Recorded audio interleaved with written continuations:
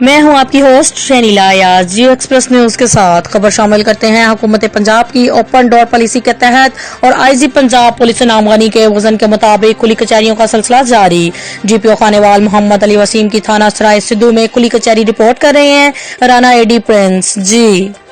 D P او خانیوال محمد علی وسیم نے لوگوں کو انصاف ان کی دہلیز پر کی تکمیل کے لیے تھانہ سرائے سدھو میں کھلی کچہری لگائی۔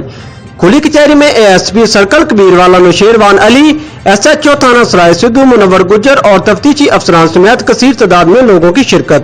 کھلی کچہری میں ڈی پی او نے عوام الناس کے اجتماعی و انفرادی نوعیت کے مسائل سنے اور موقع پر حل کرنے کے احکامات جاری کیے۔ ڈی پی او نے زیر تفتیش مقدمات کے مدعیان کی سماعت بھی کی۔ ڈی پی او نے کھلی کچہری کے دوران تھانہ سے باہر آ کر مزدور شہری کا مسئلہ سنا اور داد رسی کی۔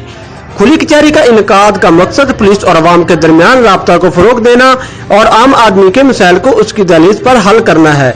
کھلی کچہری میں لوگوں کی طرف سے مسائل کی نشاندہی پر فوری ازالہ کیا جاتا ہے۔ پولیس اور عوام مل کر جرائم سے پاک مثالی معاشرہ تعمیر کر سکتے ہیں۔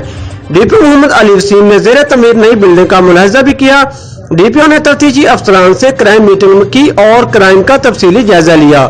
رانا اے ڈی پرنس، اڈا چھپ کلاں، خانیوال۔